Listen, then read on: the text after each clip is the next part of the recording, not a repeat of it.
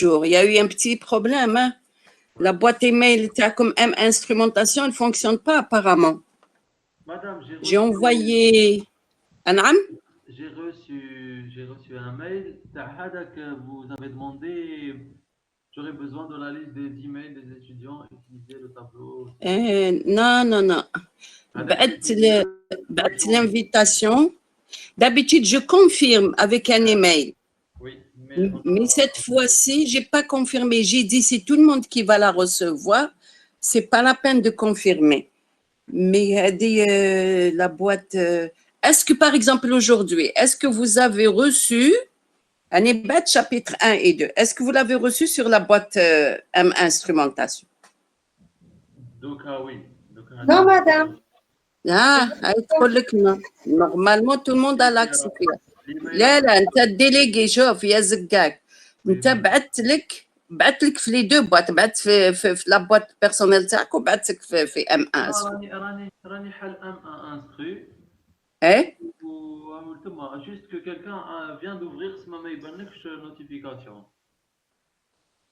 quand quelqu'un parce que tout le monde a accès quand quelqu'un ouvre le mail ما يوليش هذيك c'est-à-dire il est faut vérifier les dates et tout ça 12h09 bonjour 6 juin les deux premiers chapitres madame Kamouche envoyé à Zekaria de M1 instru. Voilà. Et comment ça se fait vous n'avez pas reçu le mail الاول ما فهمتش درك نشوف ما بواط ما بعتش ما بواط j'ai fait ما بعتش من لا بواط ديك المره بعت une invitation من جوجل ميت ما بعتش vous envoyez une invitation يلحق لي un mail مكتوب invitation l'heure le jour le nom du cours c'est-à-dire cours 3 ben c'est ça oui الحق في الام 1 non mais d'habitude c'est les anciens cours non d'habitude parce que je mets dans les deux boîtes d'habitude de préférence مانيش نسمع فيك مليح de préférence c'est bien de me mettre haka en cours et de préférence d'accord de préférence mais Anaya j'ai pensé que les premiers cours je confirme je me dis peut-être c'est le démarrage ils savent pas il y a peut-être des problèmes dans Google Meet on sait jamais donc je prends mes précautions نبعث في الام او نبعث في تاعك ونبعث الكود في un message carrément. Vous pouvez inviter moi, vous pouvez m'inviter moi et M1 instru ou ana qui تلحق je partage. C'est ce que j'ai fait. هذا خطرة bizarre. هذا الخطرة بالك بعت غير في M1. parce que là j'ai rien reçu. ودوك ما على باليش بالك quelqu'un a dû supprimer sans faire exprès ou l'a archivé ou là parce que même l'archive j'ai pas trouvé. Les archives ما لقيتش في les spams ما لقيتش donc bizarre. Tout le monde a l'accès بالك ils l'ont écrasé. Enfin. Donc voilà, c'est ma même. En plus, je vérifie le mail tous les jours, on vérifie un troll donc. Là, parce que de mes habitudes, quand je fais pas cours, j'avertis les étudiants باش ما يقعدوش يستناو. S'ils ont quelque chose à programmer ou là, نبعت. Mais comme le cours c'était prévu, donc c'était prévu le lundi, bat le samedi. Dimanche على بالي ما نقدرش j'avais des cours مع les M2 حتى العشية. Je savais que je pouvais pas le faire, donc bat à l'avance. Bon, donc qu'est-ce qu'on va dire? On va démarrer le cours. Il y a 22 étudiants, je comprends pas pourquoi il y a tant d'absents. On est en train de partager au maximum. Il y a des gens qui sont pas sur.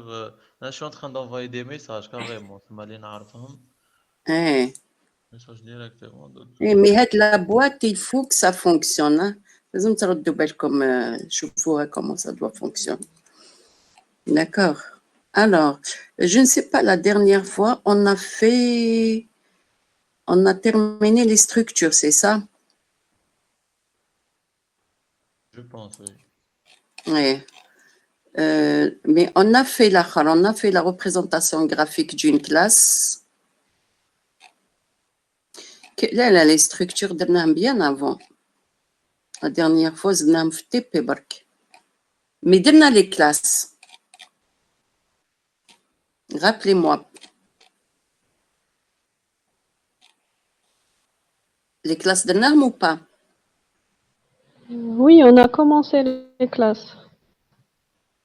Alors, d'après le fichier que vous avez, on a tout fait. On a fait le... Je n'ai pas mentionné où est-ce qu'on s'est arrêté, moi. Le nom de la classe, etc., les attributs, la collade, le point-virgule à la fin. Oui, madame. La représentation graphique. Et on a parlé de la classe étudiant, c'est ça? Oui. Très bien. Donc, aujourd'hui, on va passer à autre chose. On va passer aux déclarations et définitions des méthodes. Pourquoi? Parce que la création d'une classe, je répète encore, c'est comme la structure, seulement, au lieu d'avoir seulement les attributs, on a les méthodes avec. Ne coupez pas parce que je vais voir si...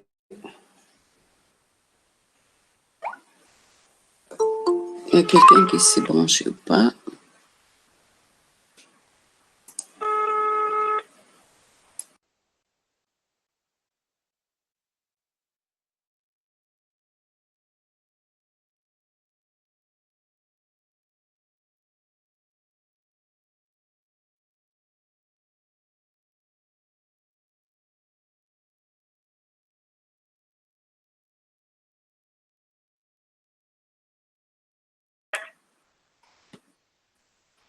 Attends. C'est bon. Merci. Alors, on a dit, là, je vais partager le fichier à la fin. Très bien, parce que aujourd'hui, hein, on va faire... attendez, présentation. Maître Al-Rouch, on a tout l'après-midi à nous. Hein? اليوم نشدكم.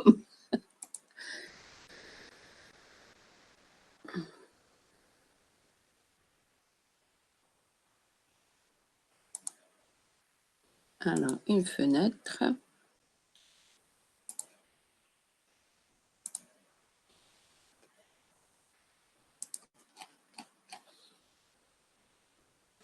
C'est comme la fenêtre. Déclaration et définition des méthodes. Oui, madame. Très bien. Donc, aujourd'hui, qu'est-ce qu'on a? Je reprends. On a dit que la classe, c'est une entité où on définit notre variable, un nouveau type de variable. Et c'est comme la structure. Il y a des champs, ce qu'on appelle, qui définissent l'état de l'objet. Et il y a des méthodes, en plus des structures, il faut rajouter des méthodes qui s'exécutent sur ces champs-là pour compléter la classe. Donc, aujourd'hui, la déclaration des attributs, c'est des attributs de type primitif, c'est des variables de type primitif, c'est des int, c'est des strings, etc. Mais les méthodes, c'est des fonctions, c'est des traitements que ces objets vont subir. Donc, on va utiliser. Alors, donc, aujourd'hui, on va faire déclaration. Moi, je préfère, tout d'abord, on s'entend pour le TP. Est-ce que vous voulez que le TP, la fenêtre, que le TP se fasse par petits groupes lâchés? Ou bien vous voulez ensemble كامل? مدام نديرو نعم. كل سمانة تي بي. Hein? نديرو كل سمانة تي بي. Oui. C'est ça l'avantage de faire, c'est ça l'avantage de faire toute la section. D'accord? Vous voulez un, mais qui est en présentiel, en quoi ça vous dérange de faire chaque semaine TP? Vous allez faire plus de TP, vous allez comprendre mieux, c'est mieux, non? Maintenant, si vous voulez pas chaque semaine, il faut que je partage le groupe. D'accord? نعم قسموا لي جروب خير مادام. تقسموا لي جروب. مادام بيسك عندنا لي بريباراسيون نوجدوهم Quelle préparation? تاع لي زوتر تي بي. واليوم ندير لكم تي بي. اليوم التي بي فيها. إلا تحبوا لا سemaine prochaine on verra. Mais اليوم فيها تي بي. Parce que on n'a rien fait. On a fait le TP sur le langage C la dernière fois. On n'a pas fait enfin C, C++. On n'a pas fait de l'orienté objet. اليوم, il faut qu'on commence. Donc, j'espère que tout le monde a sa machine et que tout le monde a son code blocks. Il faut faire TP اليوم. Et on va... Je vais essayer de prendre toute la section. Mais je pensais ne pas faire en présentiel aussi. Parce que l'avantage de vous faire TP chaque semaine. D'accord? On verra tout à l'heure. On va démarrer notre cours tout d'abord. On va Alors, donc, les méthodes Hadouk, ce sont des fonctions qu'on définit qui vont s'exécuter sur les attributs. Donc, un objet et la matérialisation concrète d'une classe. On l'a dit la dernière fois. Parce qu'on a dit la classe, la création d'une classe, c'est une représentation abstraite de l'objet. Mais la création des objets, c'est une représentation concrète. C'est une représentation effective. Donc, c'est un type et donc il faut lui associer des valeurs et des opérations. Donc, attribut, comportement, état et comportement, je préfère. État, l'état et le comportement. Son comportement. On rappelle que les éléments constitutifs de la déclaration d'une classe sont, alors les champs, ce sont les variables d'instance et les méthodes. Les méthodes, on les appelle les fonctions membres. D'accord? C'est une instrumentation 2021. Ça va vous gêner. Bon. La filigrane النحيها. نعم. الاكزامان تاع التي بي. وحده non, il y a un seul examen, l'examen du module. Ok, merci. Mais c'est comme un examen de TP, hein. Vous allez faire des programmes. D'accord? Donc, tout se passe en le TP. Alors, on a dit la dernière fois, donc, le champ, les variables, ce sont les variables d'instance, on les appelle les attributs, et les méthodes, on les appelle les fonctions membres. D'accord? Est-ce que vous ne voulez pas qu'on fasse en même temps cours et TP maintenant? On démarre le TP. Comme ça, vous allez comprendre. Est-ce que tout le monde a sa machine? Non, madame. Allez. أنا برا madame. Allez. Comment ça? Vous êtes en train d'écouter à partir du téléphone? Oui, madame. Et donc, vous n'allez pas faire de TP tout à l'heure? Donc, شوية ندخل. ايه ابار سكاي شكون ثاني اللي ما عندوش الاخر؟ Moi aussi, madame. شكون اللي ما عندوش لا ماشين؟ Moi, madame. انت ثاني كي برا؟ Oui. والله غير جو كومبرون با كومون فو ترافايي. برا مدام. أنا معايا كراسات وكاين واحد لافي ثاني برا. واش هي؟ قلت لك كاين بزاف اليوم برا. Oui, mais le TP... Bon, je vais continuer le cours, mais vous allez perdre du temps. Parce que c'est des trucs que je préfère les expliquer au fur et à mesure, on dit comme l'exercice. D'accord? Là, Alina. Alors, tout à l'heure, il va y avoir TP. Hein? Alors, vous avez intérêt de le. Donc, il faut les déclarations des attributs, les déclarations des méthodes. Et ces méthodes, puisque c'est des traitements, ça veut dire qu'ils ont un code écrit, un jeu d'instructions, enfin, un ensemble d'instructions qui va s'exécuter. Maintenant, en C++, quand vous créez un objet, un projet, et il vous donne la fonction Hello World Headache et vous faites le traitement. Mais si je veux créer une classe à part, c'est-à-dire dans ce projet-là, je veux créer une classe et il va me séparer avec le code block, c'est quelque chose qui est bien fait. C'est un environnement qui me permet, qui me donne le choix à séparer les déclarations et les codes. Ça veut dire que les instructions sont à part et les déclarations sont à part. Alors, les déclarations, c'est quoi? C'est les déclarations des attributs, les déclarations des méthodes. La déclaration d'une méthode, qu'est-ce qu'il va faire quand vous créez une classe? Il va créer automatiquement 3 fichiers.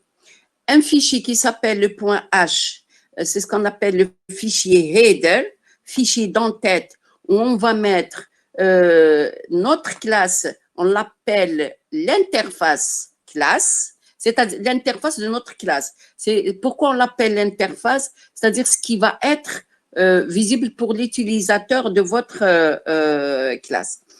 Alors, ce header, je peux faire l'écriture des codes, mais je peux éviter pour ne pas surcharger la classe. Si j'ai beaucoup d'attributs et j'ai beaucoup de méthodes, je préfère dire au compilateur, voilà les attributs que j'ai et je vais nommer citer les méthodes que j'ai, mais les codes de ces méthodes, il va les mettre dans un point CPP, C++.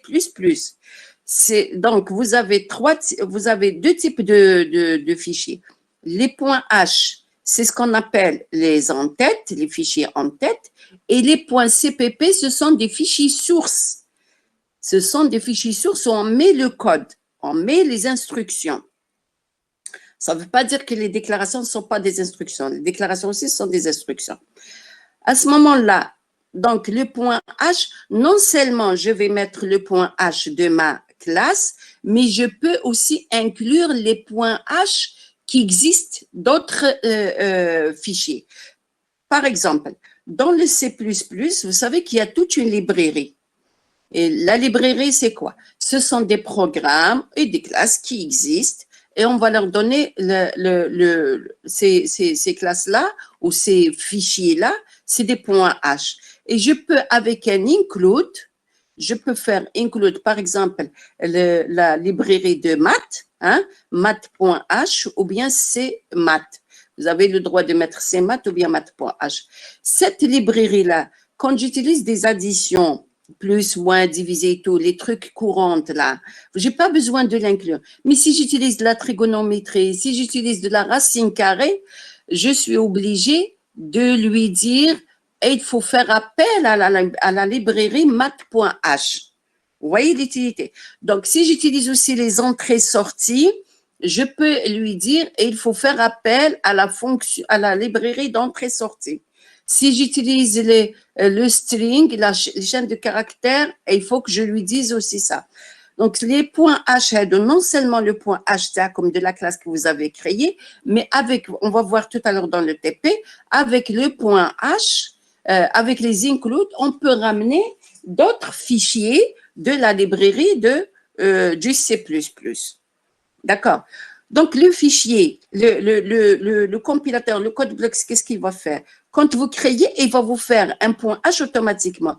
Pourquoi? Parce que des fois, le point H, non seulement il va m'aider à aérer la classe quand je vais l'écrire, mais aussi à l'inclure dans d'autres classes. Si j'ai une autre classe ailleurs, ou bien j'ai ma fonction main qui est dans une autre classe, à ce moment-là, je vais faire, si ma classe elle s'appelle test, je vais faire include de test.h, tout simplement. Alors, donc en C++, je relis la déclaration d'une méthode consiste, déclaration d'une méthode, puisque je vous dis des déclarations des attributs, déclaration des méthodes. N'oubliez pas que la déclaration des attributs, c'est comme vous faites int x, par exemple, je veux créer un cercle. Par quoi il est défini le cercle? Par son rayon. Donc, je vais mettre int rayon. C'est pour la déclaration des attributs, on utilise les types de variables qui existent déjà, qui sont déjà définies dans le C, les variables primitives. Ça ne vous empêche pas, parmi ces attributs, je peux utiliser l'objet d'une autre classe déjà qui existe. D'accord? Si par exemple, je définis une classe étudiant, d'accord? Et je vais définir une classe M1 instrumentation. Dans la classe étudiant, je peux faire une variable, dans la classe M instrumentation plutôt, je peux faire un attribut qui peut être de type de la classe étudiant. Pourquoi j'ai ce droit-là? Parce que la classe étudiant que j'ai définie déjà, elle est dans le compilateur et il la reconnaît, ça devient un type de variable. Donc, j'ai le droit de l'appeler comme type de variable. Et comme les attributs, c'est des variables, donc j'ai le droit d'utiliser les types de variables primitives telles que les int, le long, tout ce que vous connaissez. Et j'ai le droit d'utiliser aussi les variables d'une autre classe. Mais les variables qui sont des types d'autres classes, c'est un peu compliqué pour vous. Je ne sais pas, peut-être à la fin, on va faire ça. Ça dépend du nombre de TP qu'on va faire. Maintenant, pour la déclaration des attributs. La deuxième partie déclaration, c'est quoi? C'est la déclaration des méthodes. Ou bien, c'est ce qu'on les appelle les fonctions membres. Pourquoi les méthodes? Parce que c'est les traitements qu'on cherche à faire. Pour déclarer une méthode, une méthode, comment elle s'écrit tout d'abord? Une méthode, je n'ai pas fait ici ça.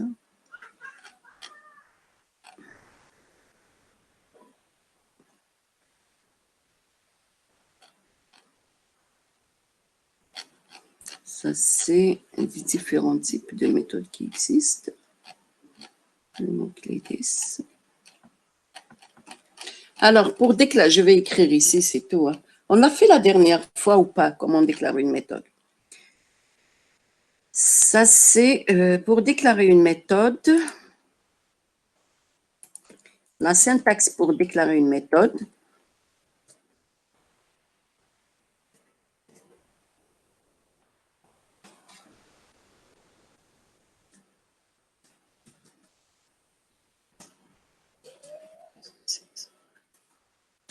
Comme tu vois, fait le curseur.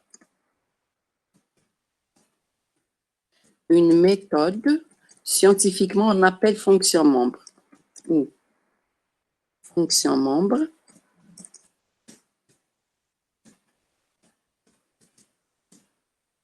Alors, c'est le type de retour.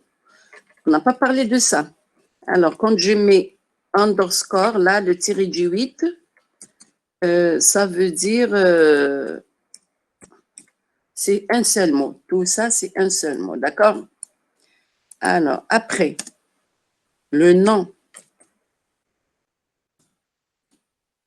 de la fonction, ou si vous préférez le nom de la méthode.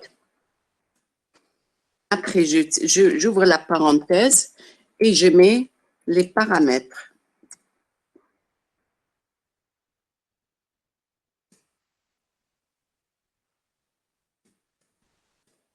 D'accord. Et je mets un point-virgule. Donc, ça, c'est déclaration d'une méthode. D'accord. Donc, c'est le type de retour. Voilà. Un blanc, le nom de la fonction et les paramètres. Je peux vous donner un exemple. Un exemple, on peut faire int surface. Alors, int grand L pour la longueur, virgule, int petit l pour la largeur et point virgule. Je mets un point virgule à la fin. Ça, c'est la déclaration d'une fonction qui s'appelle surface. Le type de retour il est de type int et elle a besoin pour s'exécuter de deux paramètres, grand L et petit l. D'accord? Je peux le faire dans la classe de la fonction. Vous allez voir tout à l'heure en TP. Maintenant, oui? Oui, qui c'est qui a parlé? Madame, Oui.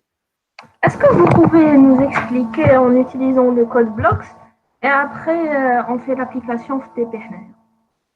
Eh, mais c'est ce que je voulais, mais ah, d'accord. Même si vous n'avez pas le code bloc sur vous. Voilà, pour mieux comprendre. Je vais lancer. Merci, madame.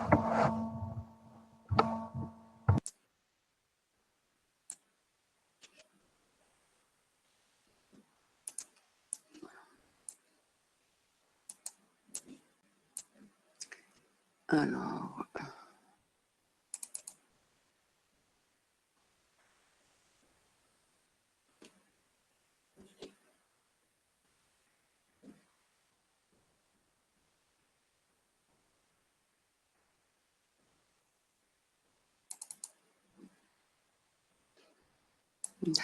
j'espère qu'il est dans ce micro, le code bloc, c'est bon,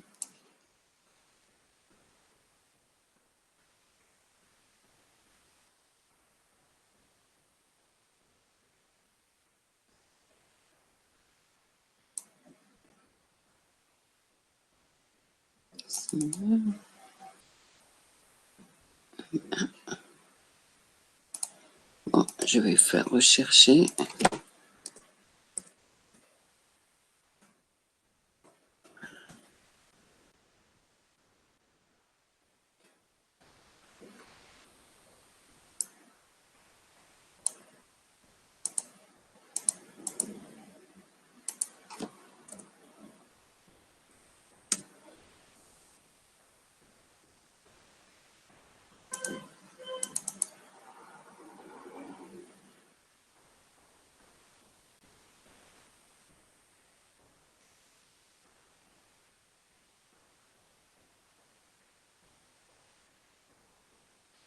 مشكل.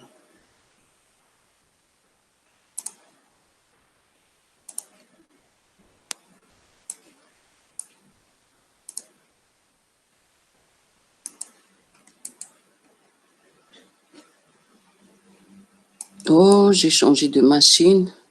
Je vais le trouver. Normalement, il y est ici aussi.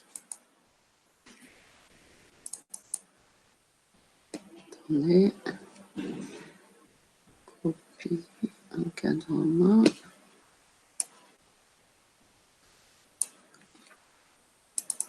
Dans pédagogie.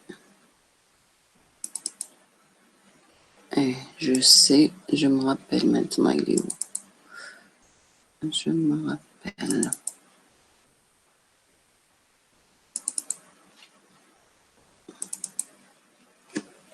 Voilà. Attendez, je lance après. Je partage ma compte.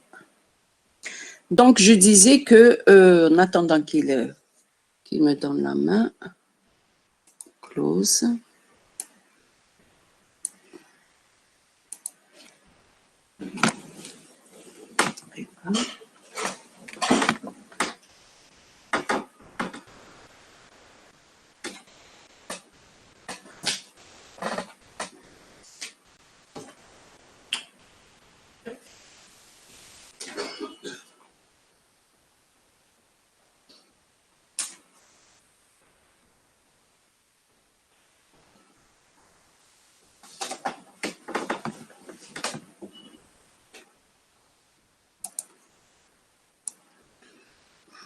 Alors, je vais arrêter le partage à l'autre fenêtre. D'accord?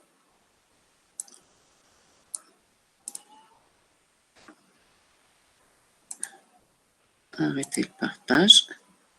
Et je vais partager le code bloc. Voilà, partager. Est-ce que vous voyez maintenant la fenêtre du code bloc? Madame. Anam? Oui, c'est bon, Jad. Très bien. On va faire en même temps. Parce que ce que j'ai mis ici, c'est un peu... Ce que j'ai mis sur le fichier Word, c'est un peu avancé. 2 secondes.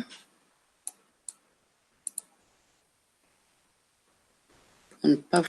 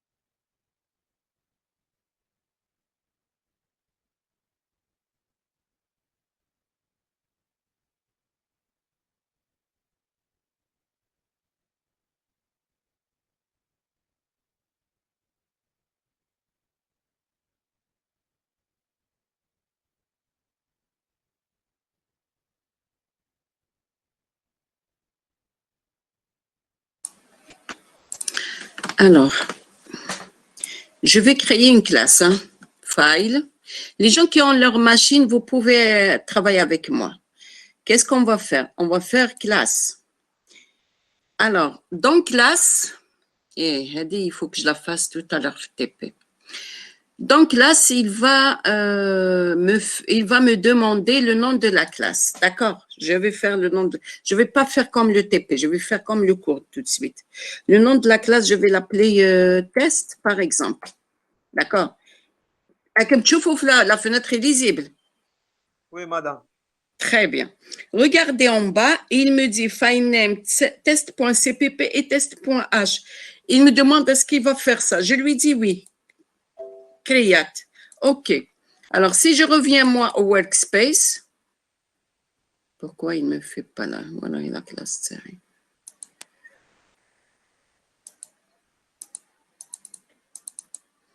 C'est pas dans ce. Attendez. File. Pourquoi il ne l'a pas fait? Symbole. Files. Moi, je l'ai reçu. Moi, ça a marché, madame. Et même, ça a marché, mais je ne trouve pas mon header. Je ne le trouve pas. Je fais Workspace Projet. Ce n'est pas dans ce Workspace. On se met.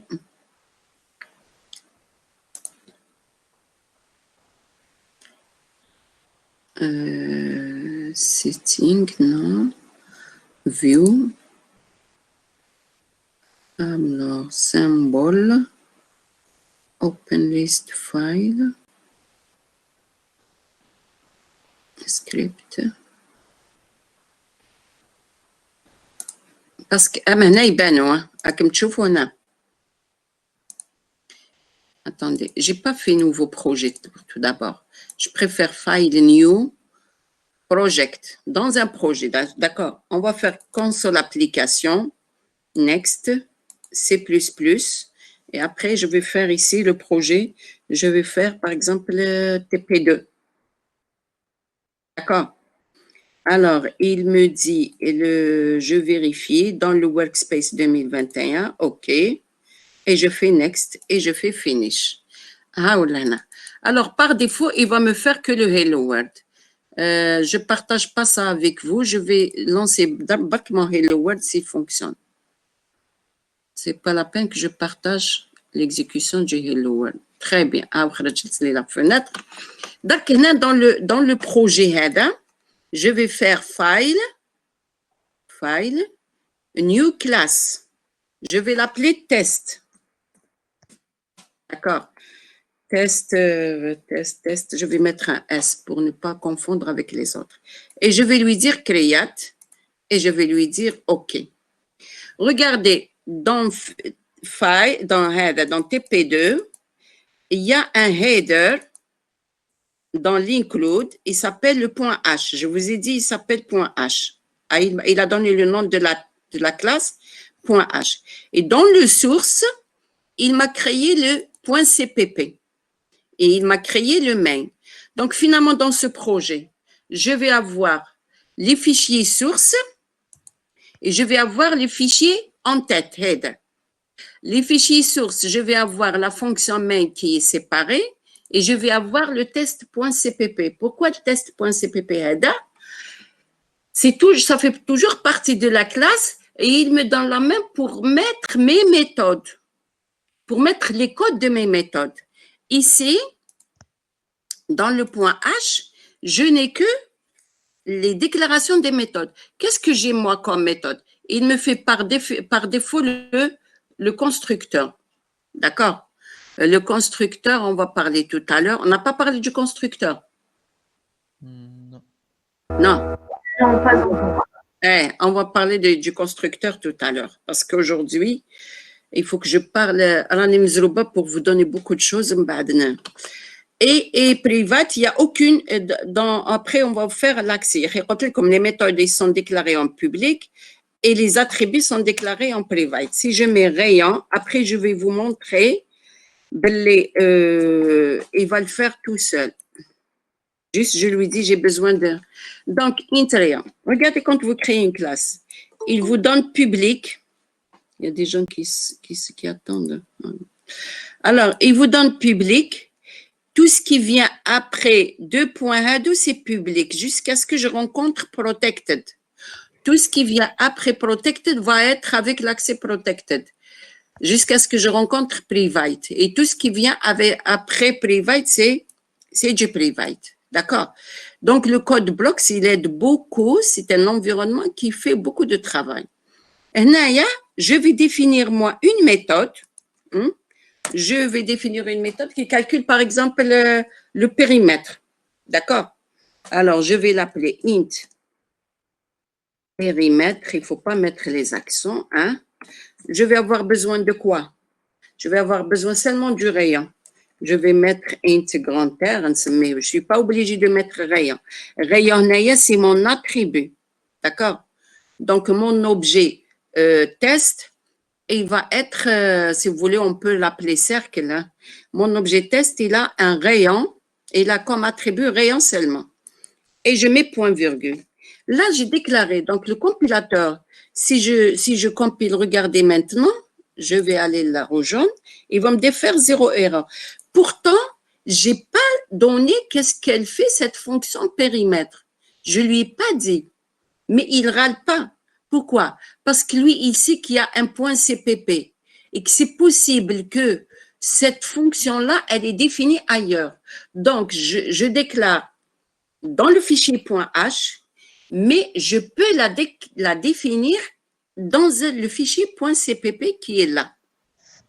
Vous voyez, en Java, ça n'existe pas ça. En Java, vous êtes obligé de déclarer, si je mets int périmètre, je dois enlever les points virgules là et je dois faire une accolade ouverte, une accolade fermée et je dois définir qu'est-ce qu'elle fait. D'accord? En Java, vous êtes obligé de mettre le jeu d'instructions. D'accord? Entre ces deux accolades. Mais en C++, vous avez cette option, j'ai le droit de faire ça, j'ai le droit de mettre le code dans le point CPP et j'ai le droit de mettre le code après le point virgule. En bas, je peux définir. C'est-à-dire le point H, il peut ne contenir que les déclarations. Ça, c'est une première version. Et il peut contenir les déclarations et le code des fonctions en même temps, à l'intérieur de la classe. Deuxième option. Troisième option, il peut contenir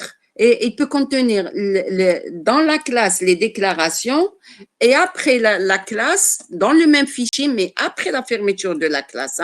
On a le end de la classe. Le end of class test. De la classe test. D'accord. Je peux écrire ici. À des troisième option. Quatrième option, je peux l'écrire dans le point CPP. Et c'est la situation la plus courante. D'accord? Donc, la plus courante, c'est de déclarer ici. Donc, moi, je vais enlever, je vais laisser que la déclaration. La déclaration, il faut mettre le point virgule à la fin. Je vous ai montré tout à l'heure, regardez le type de retour, le nom de la fonction, les paramètres et point virgule. Donc, le type de retour, c'est un int. D'ailleurs, c'est faux. Un périmètre après, il y a le 314. Ça ne convient pas, le int. Parce que 314, c'est un float. D'accord? Donc, le type de retour, le nom de la fonction et les paramètres. Ici, j'ai un seul paramètre, c'est le rayon. Maintenant, pour écrire le code de la fonction head et périmètre, je viens dans le point CPP, je vais faire copier.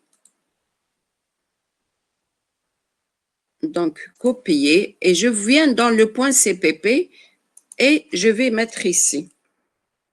Regardez, il m'a fait le constructeur et le destructeur, il l'a fait par défaut. Après, on va parler. Alors ici, je n'ai plus le droit de mettre point virgule. Je vais mettre les accolades et je vais lui dire qu'est-ce qu'il va me faire. Alors, je vais faire un float.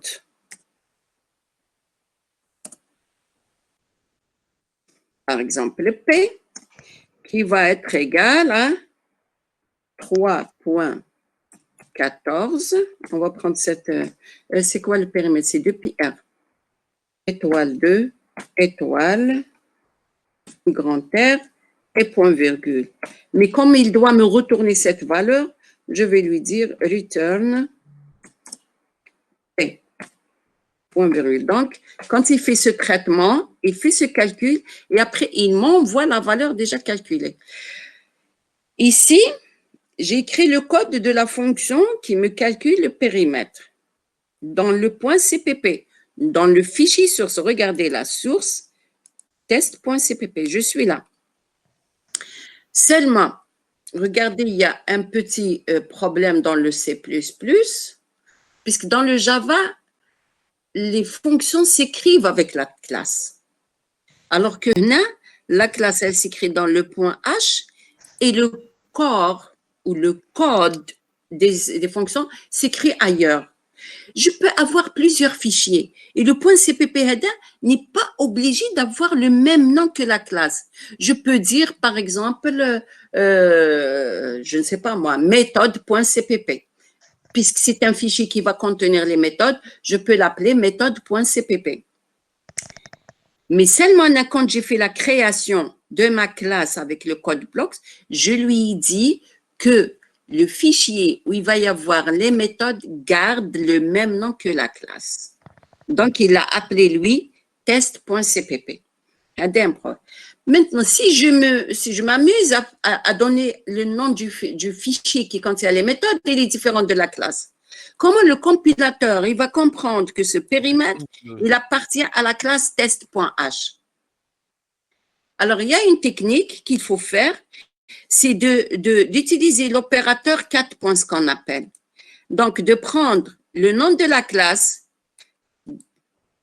Alors, je vais faire, moi, copier directement le nom de la classe et de l'injecter. C'est-à-dire que j'ai une fonction périmètre de type float, mais qui appartient à la classe test. L'opérateur avec 4 points, c'est ce qu'on appelle opérateur d'appartenance.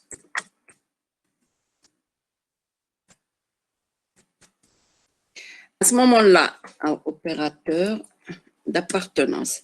Ça veut dire quoi? Ça veut dire, je vais mettre 4 points. C'est 2 points et 2 points. Avec les 2 points qu'on utilise en français, encore 2 points, pas d'espace. Hein.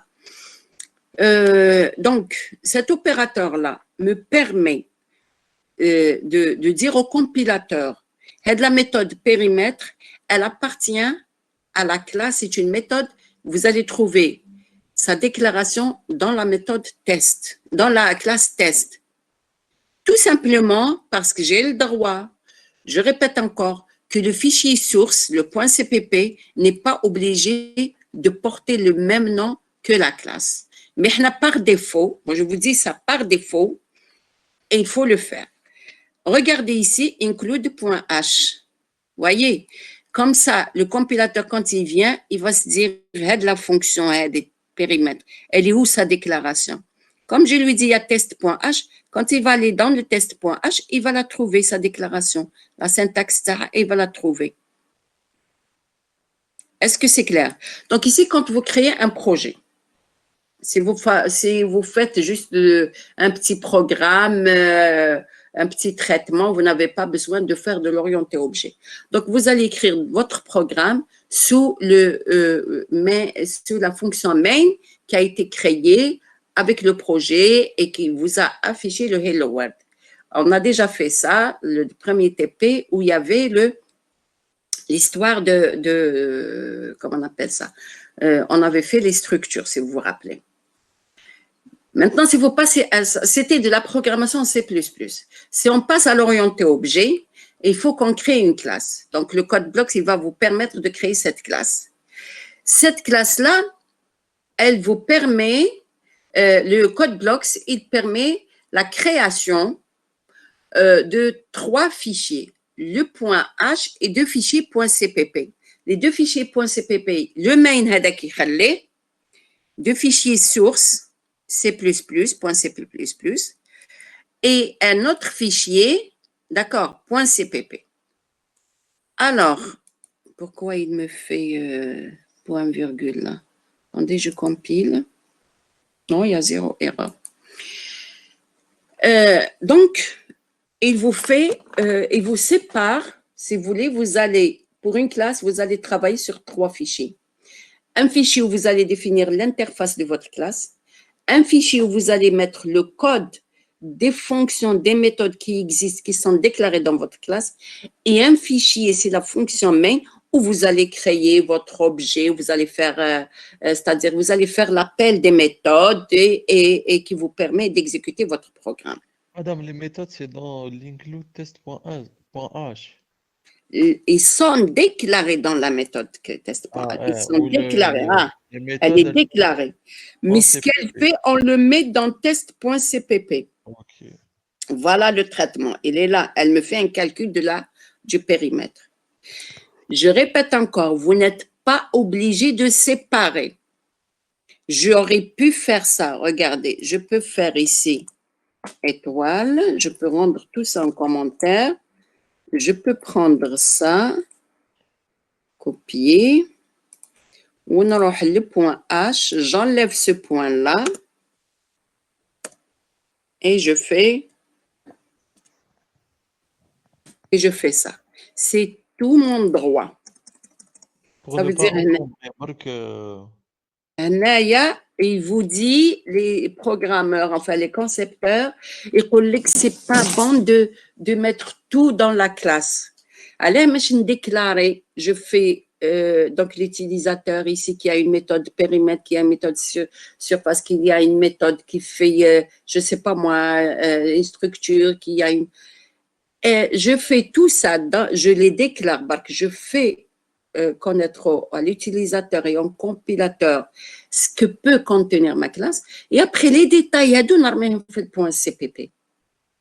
Ces détails-là, parce les méthodes peuvent être des traitements qui sont très, très lents. Donc, quand j'écris la méthode Lula, elle prend combien de lignes, la méthode Tsene, combien de lignes, etc. Ma classe .h, est très encombrée. Donc, je ne peux pas savoir c'est quoi les traitements qu'elle va me faire, c'est quoi. Pour alléger ça, tout simplement, pour alléger, donc on va faire, donc je reviens le programme qui m'accueille. D'accord? Le point virgule, et ça. Donc j'enlève là. Pour alléger tout simplement, et ça c'est dans le cas où on fait beaucoup de programmes, donc de faire la déclaration séparée, préparer. C'est comme si, vous vous rappelez la représentation graphique la dernière fois. C'est le nom de la classe, les variables et les méthodes, la représentation graphique. Mais il n'y a pas de détails. D'accord? C'est comme une représentation graphique. Fait le point H, au fait le point CPP, il y a les méthodes. Il y a le code des méthodes, qu'est-ce qu'elles font. Alors, je reviens ici Je reprends le fichier ce que j'ai partagé avec vous. Je vais le lire parce que ça vous permet après, de comprendre ce qu'il y a. Vous allez vous rappeler de ce qu'il y a. Alors, c'est celui-là, je crois. C'est bon, Giacomo? Oui. Très bien. Donc, en C++, la déclaration d'une méthode consiste à écrire son prototype. Son prototype, c'est ça. D'accord? Et sa définition peut être fournie de façon annexe, vous voyez, ailleurs, enfin, ça va être dans un fichier source. C'est ce qu'on a fait, le point CPP tout à l'heure. Dans un fichier source, je peux mettre, c'est le point CPP. D'accord? Dans le point CPP. Ainsi, on peut séparer les déclarations et le code des méthodes. Le fichier .h dans l'extension est .h contient la description des méthodes qu'on appelle le prototype de la méthode. Il permet d'annoncer l'existence des fonctions. Donc, il vous dit qu'il y a une fonction périmètre, il y a une fonction surface, il y a une fonction tri, par exemple. Il permet d'annoncer, c'est-à-dire de dire qu'il existe une fonction, qu'il existe, d'annoncer qu'il existe cette fonction-là. D'accord? À l'ensemble des autres fichiers du programme. Le code de la méthode peut être fourni dans le fichier .cpp. C'est pourquoi, pour définir la méthode d'une classe, on a une syntaxe particulière permettant de préciser la classe à laquelle est associée. Je vous ai dit que vous n'êtes pas obligé que le .cpp porte le nom de la classe. Et pour dire que cette méthode appartient à la classe test, je suis obligé d'utiliser l'opérateur deux points, ce qu'on appelle l'opérateur d'appartenance. Donc, pour cela, en plus du prototype on utilise le nom de la classe suivi de l'opérateur de portée ou bien l'opérateur d'appartenance. Deux points. Donc, ça fait ou 4 points. 2 points. Ainsi, la signature, à ce moment-là, donc, là, c'est ce que j'ai mis tout à l'heure en ayant. La signature dans le point CPP. Parce que dans le point H, est-ce que j'ai besoin de le préciser, la classe? Non, je n'ai pas besoin, puisque je suis en train de travailler dans la classe. Dans le point H, je déclare ma méthode, je la définis, je n'ai pas besoin de mettre les 4 points. Ainsi, la signature dans le point CPP et le type de retour, le nom de la fonction, le nom de la méthode. Je peux vous faire exemple.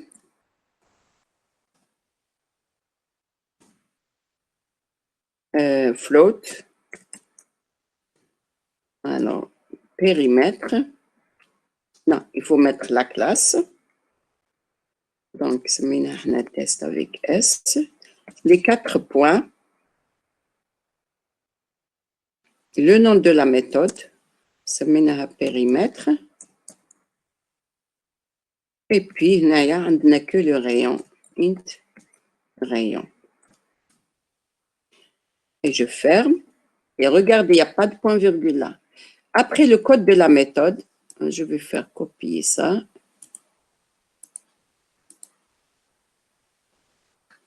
C'est là. CTRL V. Le type de la méthode, le corps de la méthode, c'est quoi? C'est que P, float P. C'est une nouvelle variable. Float P égale à, on a dit, c'est le rayon. Après, je vais vous expliquer quand est-ce qu'on utilise la même écriture que l'attribut, quand est-ce que c'est nous. Float P. Alors, on va faire ces 3.14. Hein. Étoile 2. Étoile R. Et je mets le point virgule puisque toute instruction est return P et point virgule. Alors, return P, le P, vous pouvez le mettre entre parenthèses, vous pouvez ne pas le mettre. C'est pas considéré comme une erreur. D'accord? Donc, le type de retour, c'est float. Le nom de la classe, c'est test. Les 4 points, ils sont là. Le nom de la méthode, c'est périmètre. La liste des paramètres, c'est le rayon. Après, le code de la fonction, le code ou le corps, on l'appelle, c'est float. Je calcule le périmètre et je le renvoie vers le main après parce que je vais l'utiliser dans le main. Maintenant, j'ai préparé ma classe, c'est tout. J'ai préparé ma méthode. Est-ce que c'est clair pour cette histoire-là? Il faut, les étudiants, l'erreur qu'ils fassent, souvent, le type, il dit Pourquoi? Parce que quand on déclare la syntaxe, on déclare comme ça, on déclare le type, le nom, le type de retour, le nom et les paramètres. La déclaration, c'est comme ça. Mais l'écriture du corps, le type il dit avant le nom de la classe. Est-ce que c'est clair? Est-ce qu'il y a des questions à poser? Allô, madame. Oui, madame. Est-ce que ça... Anam? Madame, excusez-moi. Madame, Oui. si on veut utiliser la même variable dans un autre projet, est-ce que, Oui. enfin, on doit d'abord... Dans un autre projet, vous pouvez utiliser. Ça n'a rien à voir. Dans un autre on ne peut pas projet. l'utiliser. Si, vous pouvez. Oui, J'utilise int P ici et int P dans un autre projet. Il n'y a pas de conflit. d'accord. On doit d'abord faire include et tout, mais quel quel fichier on doit ajouter?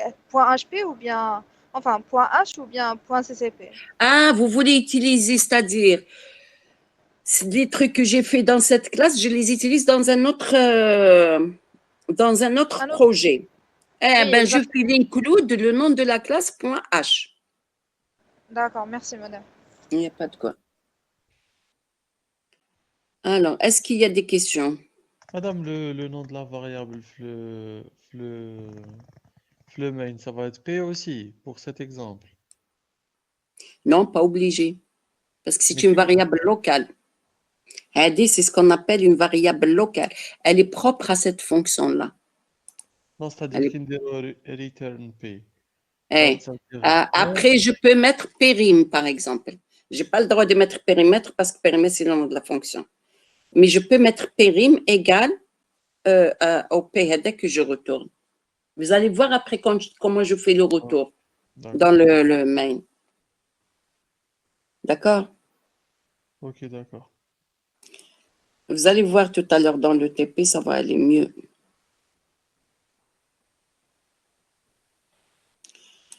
Alors, donc, l'histoire, ce qu'il faudrait retenir de cette partie-là, c'est quand vous créez votre classe, vous avez le point H où vous mettez l'interface, l'essentiel de la classe, et vous avez le point CPP et vous allez mettre Anna, par exemple, il y a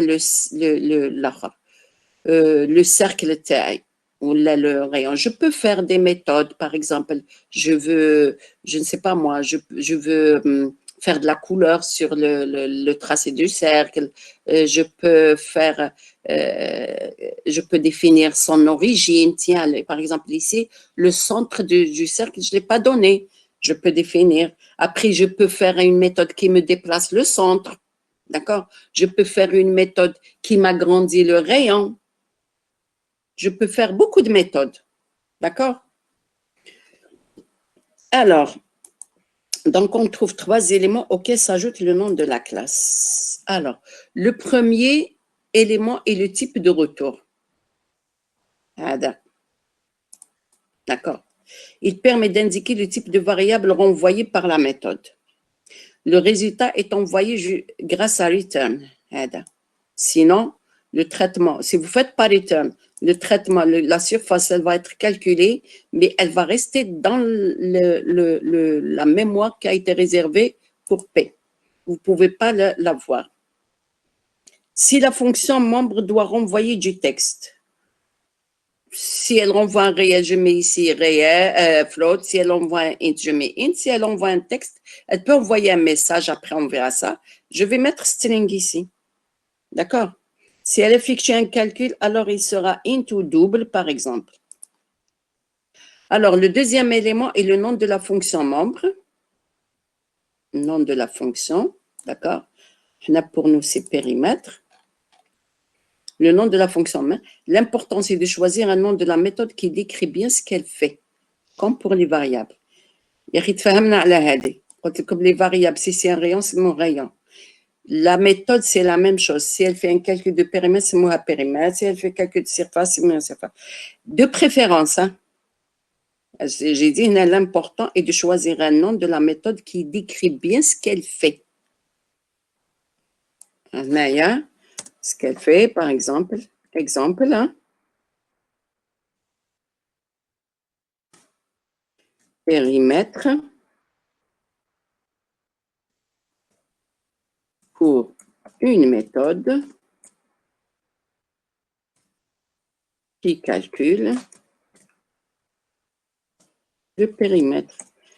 Alors, parce que quand vous avez beaucoup de méthodes, vous n'allez pas vous... C'est pas faux si je l'appelle calcul, si je l'appelle...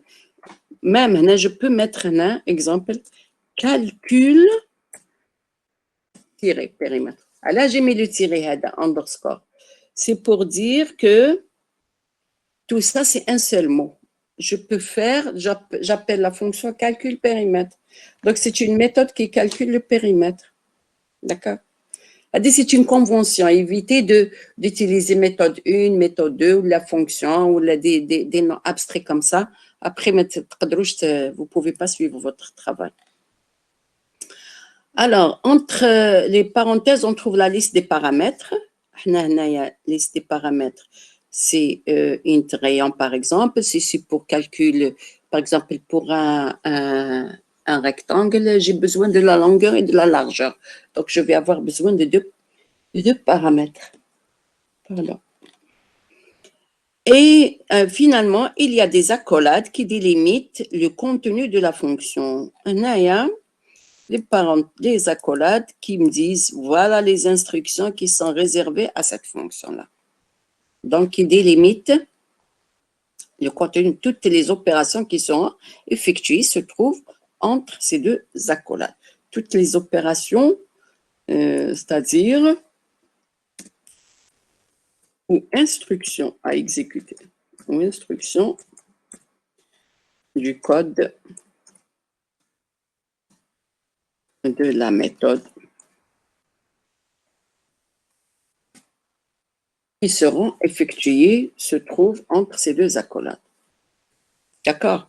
Normalement, si on avait, c'est-à-dire parce qu'il y a deux modules en même temps normalement, on a comme un cours sur les fonctions et les méthodes, comment on les appelle, comment on les crée, et un chapitre sur les instructions du C, les manipulations, les tableaux, les pointeurs, et après, on sait C++, mais on n'a pas le temps.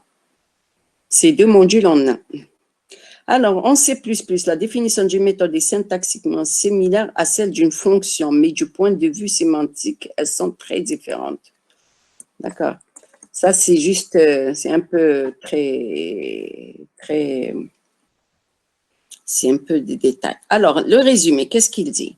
L'interface, c'est le point H de votre classe, c'est le test.h Terne. L'interface rassemble sous le nom de la classe ses attributs et les prototypes de ces méthodes. Les prototypes, ça veut dire les déclarations de Terne. Donc, pour faire une classe, on a 3 fichiers. On place en général cette interface dans un fichier header, nom de la classe .h.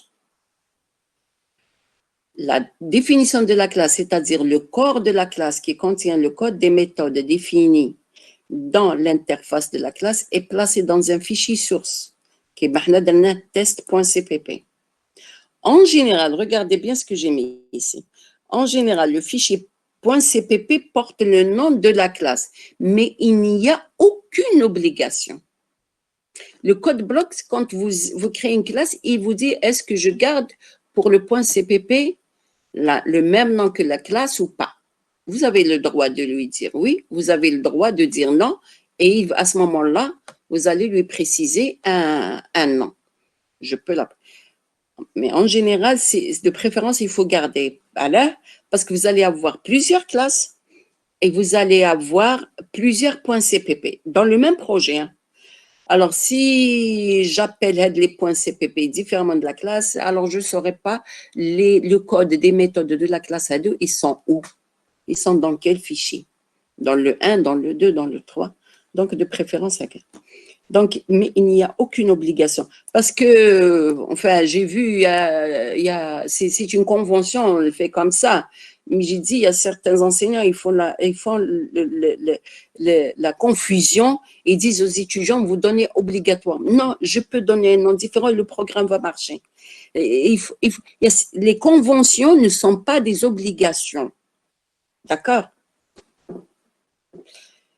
En C++, la classe peut être dans un fichier qui porte le nom de la classe, mais il vaut mieux lui donner dans un autre fichier, hein, dans un fichier qui ne porte pas le nom de la classe. Mais il vaut mieux lui donner le même nom que la classe. D'accord? Le troisième fichier, c'est le fichier nommé main.cpp qui contient la fonction main. Le fichier main.cpp ne fait qu'utiliser les objets, c'est-à-dire j'ai préparé j'ai préparé la classe TAI, le cercle je l'ai préparé, je vais manipuler des cercles. Est-ce que je vais faire l'origine, je vais tracer, je vais le déplacer, je vais l'agrandir, je vais le diminuer, je peux faire tout ce que je veux avec. Donc, dans le main, je vais appeler toutes les méthodes Hadoop qui me permettent de manipuler l'objet TAI qui est un cercle. Alors, ce qu'il ne faudrait pas oublier, c'est que le main Hada, il faut que je fasse, parce que le main, il peut faire appel à plusieurs classes. Le main d'un projet peut faire appel à plusieurs classes, parce que dans un projet, je peux créer plusieurs classes.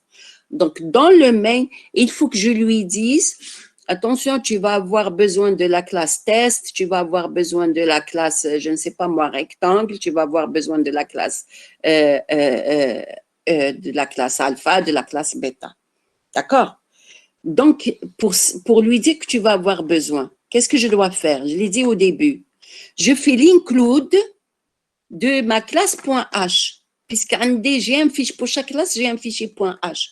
Donc, dans le main, je vais faire include test.h, include rectangle.h. À ce moment-là, où les objets, si je vais créer un cercle C1 de type cercle, il va le reconnaître parce qu'il sait que le compilateur va savoir que ce projet a le droit à cette classe-là et va créer des objets. Donc, dans les… qu'est-ce qu'il faut dire? Qu'est-ce que j'ai dit? Ah, voilà. Quand il y a le fichier .cp qui ne fait qu'utiliser l'utilisation de la classe, nécessite l'import. Voilà, l'import, c'est importer. C'est-à-dire, comme si dans le main, il a droit à tout ce qu'il y a dans le .h. Pour qu'il ait le droit, je lui dis importer le fichier, la classe du fichier .h. Et c'est avec le dièse include fichier.h. D'accord? Par exemple, dans le main intérêt, je vais faire dièse, c'est dans le Alt GR3, le dièse include. Alors, include, normalement avec un sigle inférieur, test.h.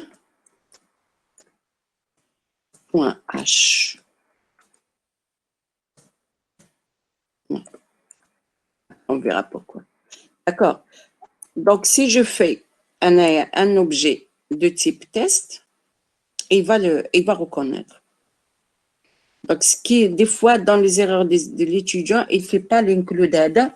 En bas, s'il fait la création d'un cercle, il va lui dire c'est une variable que je ne reconnais pas. Tout simplement parce qu'il n'a pas fait l'include. Le programme il marche, il est correct l'écriture, mais l'include data. Qui dit mat.h, string.h, standard input, output, les fonctions d'entrée, point H. D'accord. هادو كامل là où j'ai besoin, نحطهم في le début. Dans l'exemple de la classe étudiant, on sait qu'il y a un attribut matricule et une méthode get matricule et une méthode set matricule. Après, on va voir les get et les set. D'accord? C'est la partie la plus importante de l'orienté objet. Hein? Après, vous allez voir, on va changer de langage. Quelque chose d'automatique. La déclaration et la définition du concept élémentaire étudiant peuvent être. Alors, qu'est-ce que c'est que ça? Attendez, je reviens. باش يرجع لي le fichier الآخر معاهم.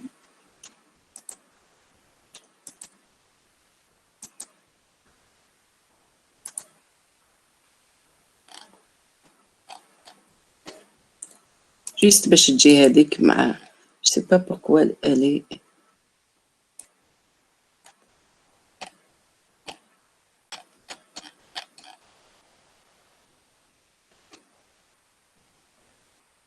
وهذه l'opérateur هذه مش هنايا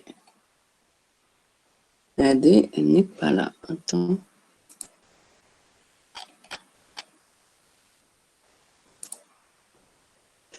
Alors, je vais enlever tout ça.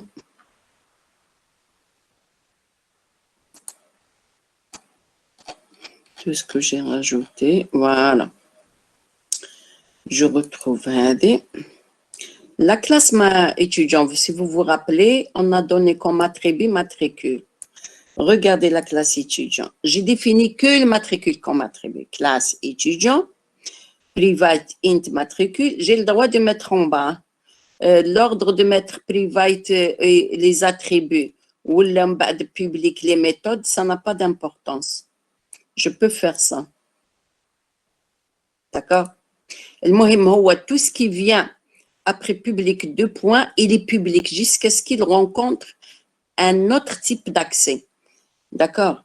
Là, c'est private. Mais j'ai le droit de faire le code bloc. D'ailleurs, il vous fait comme ça, le code bloc. Il met les méthodes avant, on bat les attributs après. Donc, c'est étudiant.h. Donc, il y a les méthodes. Ils sont déclarés. On a une méthode qui s'appelle get matricule. On a une méthode qui s'appelle set matricule. Vous voyez, j'ai le type de retour, le nom de la fonction et il n'y a pas de paramètres. Les parenthèses sont vides. Il n'y a pas de type de retour. Comme une fonction qui ne retourne rien, on met void. Cette matricule le nom تاعها وهذه عندها un paramètre qui est de type int qui s'appelle matric. Alors l'attribut que j'ai dans cette classe, il y a un seul attribut, il s'appelle matricule. Voilà le point H. Regardez le point CPP. J'ai défini la fonction get matricule. Tout simplement, il va aller à matricule de l'étudiant, il va me le retourner. Donc c'est une lecture, on verra après qu'est-ce que c'est. Et cette matricule, c'est le matricule, je le change. Si je mets ici 1, 2, 3, il y aura le matricule de l'étudiant, soit il l'initialise, soit il le modifie. Là, quand il y a déjà une valeur, il va la modifier. Ou il va lui affecter le matricule si je n'ai pas affecté. Est-ce que c'est clair jusqu'à présent? Oui? Oui? L'explication. ما فهمتش. La différence entre H et CCP. ما فهمتهاش. نعاودها ل H.cpp. قلت لكم quand on crée une classe, quand on crée une classe, par exemple classe étudiant, en C++, et pourquoi j'ai fait le rappel sur le Java? Le Java, il dit que dans une classe, سمي la classe ou حل la collade ou كتب tout ce qui concerne cette classe ou غلق la collade. C'est bon, il n'y a pas il n'y a pas d'autre technique. Le C, l'orienté objet, ils disent non, c'est pas la peine de charger la classe avec tout ce qu'il y a. Je vais permettre à l'utilisateur, donc les compilateurs de C++, comment ils l'ont fait? Ils ont fait, je vais dire, je vais laisser l'utilisateur faire une classe très légère, une classe qui n'est pas encombrée dans un fichier et les détails, le code headec dans un autre fichier. Qu'est-ce qu'il va mettre dans le point H? Dans l'interface, le nom de la classe point H, qui mène étudiant.h, je vais mettre les déclarations. Donc, je vais déclarer qu'il y a une méthode qui s'appelle getMatricule. Je vais déclarer qu'il y a une méthode setMatricule. Et je vais déclarer qu'il y a un attribut qui s'appelle matricule. Et qu'on a la classe, c'est les méthodes et les attributs. D'accord? Donc, l'étudiant, je ne peux le reconnaître qu'avec son matricule. Je n'ai pas mis le nom, le prénom, etc. Et les seules opérations que je peux exécuter sur cet étudiant, c'est de lire son matricule ou de modifier son matricule. D'accord? Mais allez, on a débordé sur le TP, mais ce n'est pas grave. Vous voulez qu'on arrête ou on Madame, exemple. Hey. Non, j'essaye de voir. Est-ce que les gens qui étaient dehors sont rentrés pour qu'on démarre le TP? L'exemple fait TP. Tout le monde est devant sa machine ou pas? Pas encore, madame. Oui. Je comprends pas. Vous allez où? Vous avez des médiathèques, des bibliothèques où vous allez vous rencontrer pour écouter ou quoi?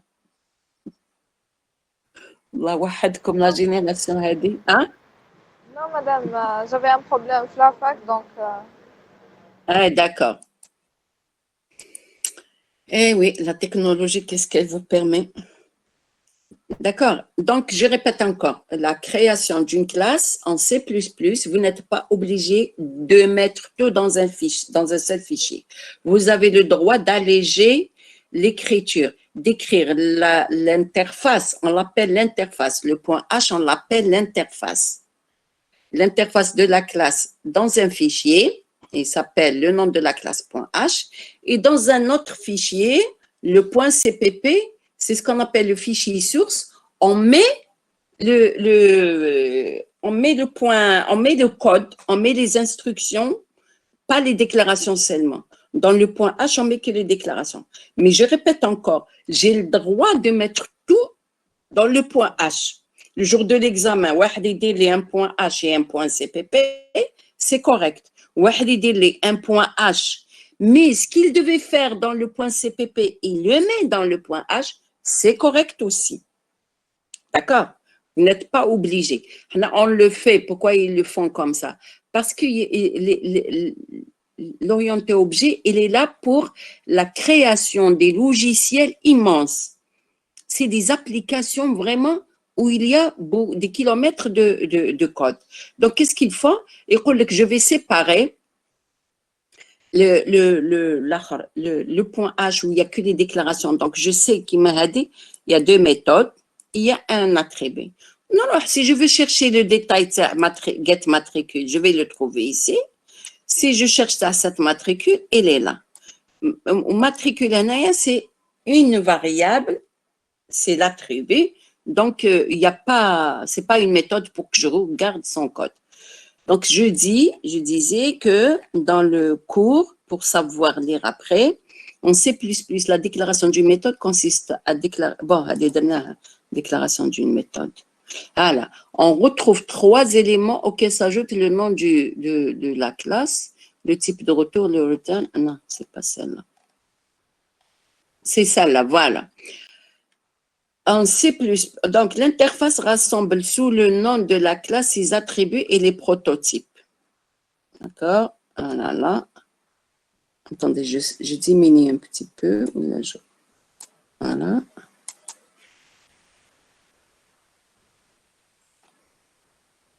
Voilà. Rassemble les attributs, la matricule, et les prototypes des méthodes. Les prototypes des méthodes. J'ai deux méthodes, les prototypes. Je ne sais pas ce qu'elle fait là, ce que fait le matricule. par exemple, je peux rajouter une méthode, je ne sais pas, void, supprimer étudiant, supprime,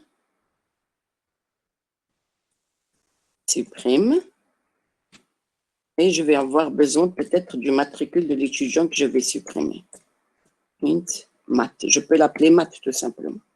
Ah, voyez. Donc, نحيلها للآخر نقص في العليم باش تطلع. Voilà. Donc, هنايا, je suis obligée, d'accord? Je diminue la ligne, je suis obligée de déclarer de dire void étudiant, d'accord, 4 points, supprime, il faut pas se tromper surtout. En général, je fais copier-coller comme ça. Et après, int, math ou là, n'importe. Et j'ouvre une accolade. Attendez. Il faut que je reste dans la même. Et là, je vais ouvrir une accolade. Et je vais fermer l'accolade. Et entre les deux accolades, je vais écrire. Qu'est-ce que je vais écrire ici? Je vais écrire le détail, le code de cette fonction qui me permet d'éliminer un étudiant, par exemple, de la liste que je viens d'écrire. D'accord? Donc, je répète encore. Vous avez l'interface, il est dans le nom de la classe .h. Il y a les déclarations des méthodes et les déclarations des attributs. Quand je dis déclaration des méthodes, ça veut dire je mets le prototype de la méthode. C'est ça une déclaration. Ah, les prototypes des méthodes.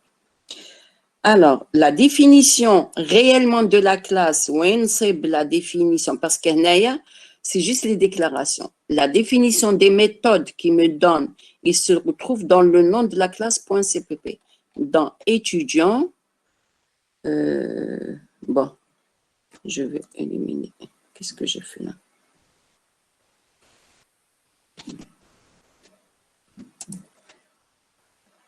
Je vais éliminer la ligne juste parce que la ligne là, voilà. Dans étudiant.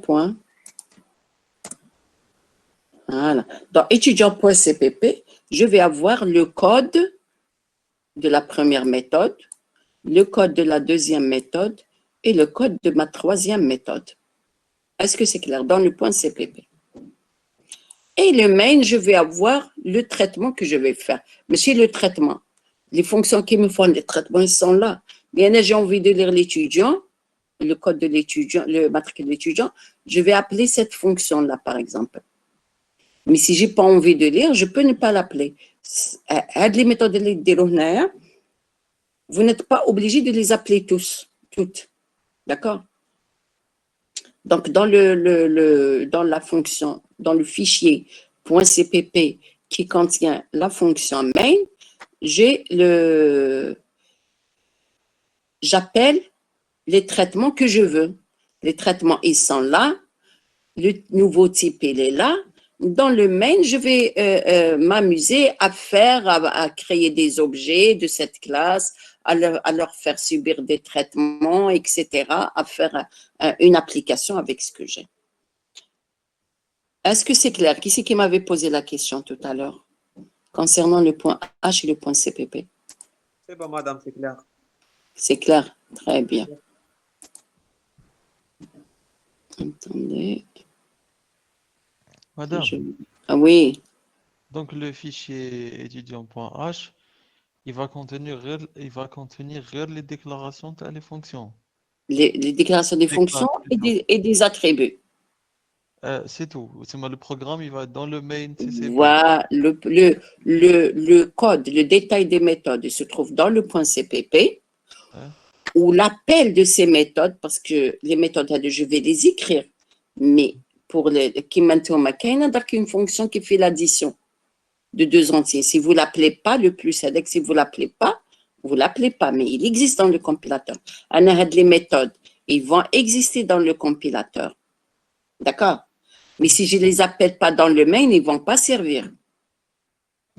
Y compris Donc, la classe aide. on doit mettre dans le main include étudiant.h et include étudiant.ccp. CPP. Mais vous ne, un coup de point H, ça suffira. On verra parce que là, parce que là, ici que la classe, ici qu'il y a une méthode ailleurs qui lui appartient. Mais j'ai dit, je le répète encore, c'est pas une obligation de séparer les fichiers. Ah oui, c'est pour quand il y a beaucoup de classes, enfin, Il y a beaucoup de méthodes, beaucoup d'attributs dans la classe. Pour ne pas encombrer maintenant. Voilà, pour ne pas encombrer, n'écrire le code, les instructions ailleurs. Personnellement, qu'est-ce que je faisais? À l'époque, il n'y avait pas encore d'orienté objet. Qu'est-ce que j'ai fait? Que toutes mes déclarations, je les fais dans un fichier que j'appelle par exemple déclaration.h. Même des variables de n'importe quel, pour mes traitements. Je fais un peu de géométrie dans mon logiciel, je fais de l'imagerie, je fais toutes les variables dont j'ai besoin, je les déclare. Bien sûr, c'est un fichier, combien de lignes fait, et après chaque variable, je fais un commentaire. La matrice, c'est mon image d'entrée, la matrice, c'est mon image de sortie, je calcule la distance entre deux pixels. Donc, pour éviter, et après, je fais include de ce fichier-là dans mon projet. Et après, je travaille à l'aise. Seulement, c'est des variables globales. Il y a un peu de risque des fois. Quand je déclare une variable, par exemple, A, qui va être reconnue par tout le monde, il faut faire attention. Il ne faut pas que je la manipule n'importe comment. D'accord? Parce qu'elle va changer partout où elle existe, elle va changer dans tous les traitements. OK? On peut avancer? Oui. On est arrivé maintenant aux méthodes. نديرو TP ولا معليش نديرو un petit exemple tout à l'heure parce qu'il y a زوج غير ربع مازال ما دخلوا les gens qui sont dehors. C'est bon, tout le monde a rejoint sa machine ou pas? Oui, madame. Vous pouvez commencer, madame. خلاص دخلتي مازال؟ Non, pas encore, mais vous pouvez commencer. Parce que là, j'ai envie que tu programmes معنا. D'accord? Oui, madame, je sais. La prochaine fois, il faut rester devant la machine. Hein? D'accord. Donc, je vais continuer sur cette partie-là. On verra. Quand je vous ai dit méthode, comme une classe, elle est formée par des attributs et des méthodes. Les méthodes, il existe 4 types de méthodes. 4 types de méthodes. Le premier type de méthode, c'est ce qu'on appelle les méthodes libres. Voilà. Les méthodes libres, c'est quoi? نحيلكم هذه نحيتها قبل لا هذه العفسة c'est pas le même fichier si هذه نحيتها tout à l'heure attendez la filigrane supprimer. Madame, j'ai une question hors sujet, معليش. Oui, معليش. Pour instrumentation MJ, on aura un module traitement d'image. والله je crois pas, non. Vous avez les ESE هذا العام. Hein? أنا عندي système embarqué, moi je leur fais le Java. Je leur fais pas de traitement d'image. Non, non, non. Très faux, je vais pas vous avoir. Non, juste, Anna, j'aimerais bien, ça m'intrigue le traitement d'image. La meilleure façon, c'est de faire un projet de fin d'études qui a un rapport avec le traitement d'image. C'est tout. Tu vas si l'instrumentation est beaucoup plus orientée vers ce genre de choses ou là... Ils ne sont pas orientés vers ça. Mais ça, c'est pas interdit. Moi, j'ai déjà une étudiante qui a soutenu, qui a fait son projet de fin d'études en traitement d'image, mais le système embarqué en 2019. Une partie du projet, pas forcément le... Pas forcément, Ah, oui, ouais. mais il y a un petit problème hein, dans c'est-à-dire,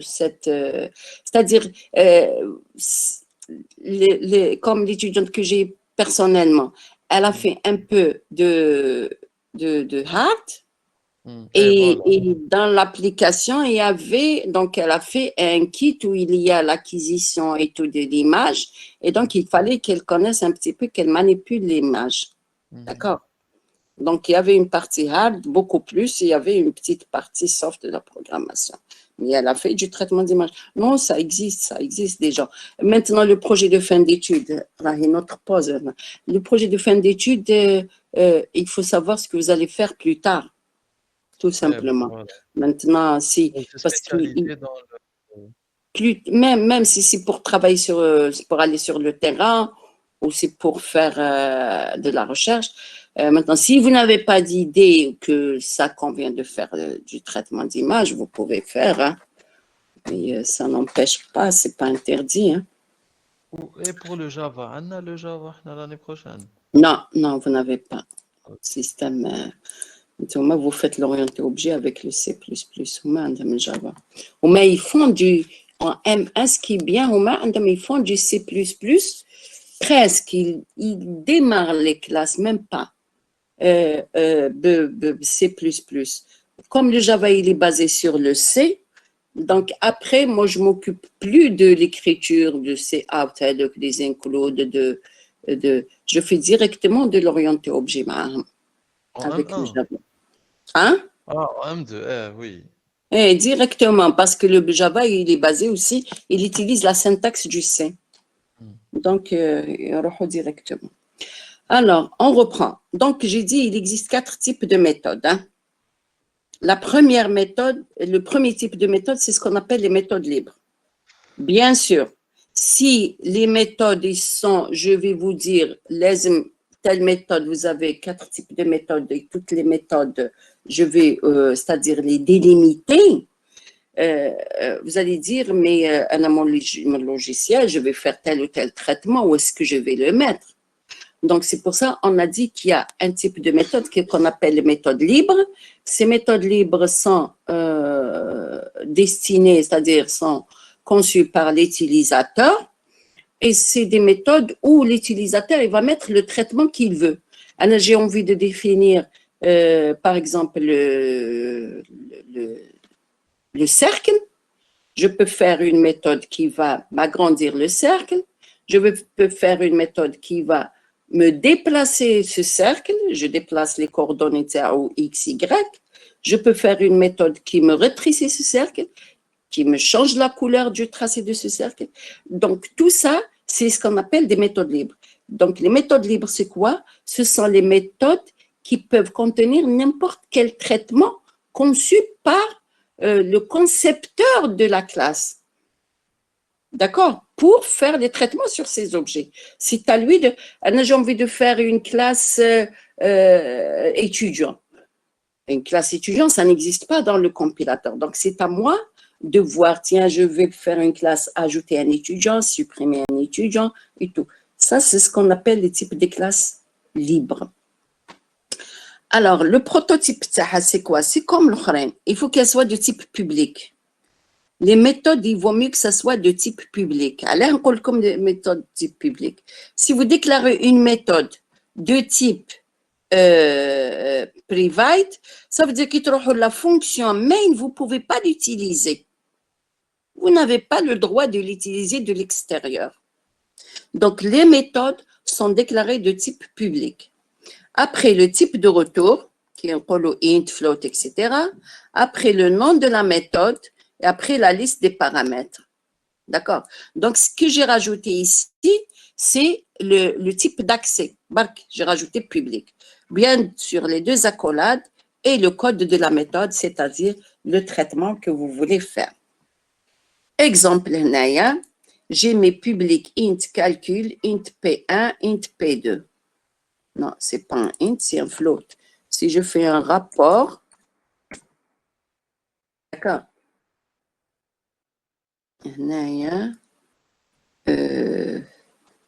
float x. Vous voyez, c'est juste une déclaration Pourquoi? Parce que X1, c'est le rapport de P2 sur P1. Si je mets int, j'ai le droit de mettre int. Mais qu'est-ce qui va se passer? Le retour, il va... نعم. ما يديش شغل Mais il السيبار. dit la partie décimale, il va prendre que la partie réelle. Donc, ce qu'on appelle, il va caster. Si je trouve 2,5, il va me prendre que le 2. D'accord? Mais si je prends float, donc, il a plus de précision. Donc, le type de la valeur renvoyée, c'est float.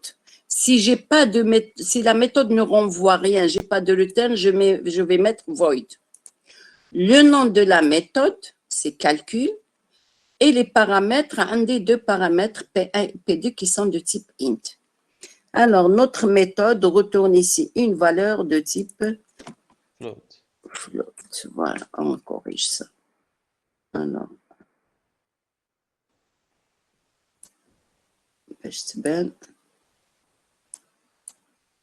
voilà.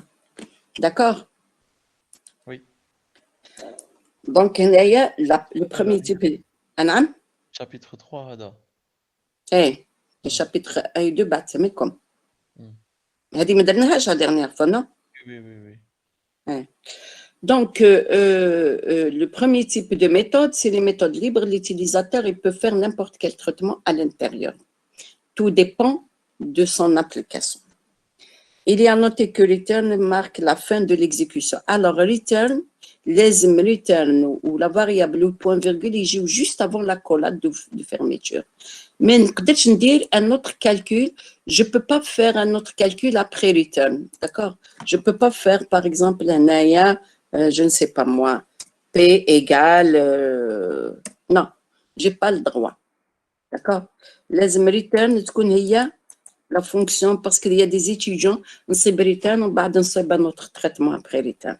Le return d'Amin يجي قبل la collade de fermeture. On accepté comme la remarque. Il est à noter que return marque la fin de l'exécution de la fonction. Les instructions qui se trouvent après le return ne sont jamais exécutées. Une fonction peut ne contenir aucun return, et donc elle ne renvoie rien du tout. Et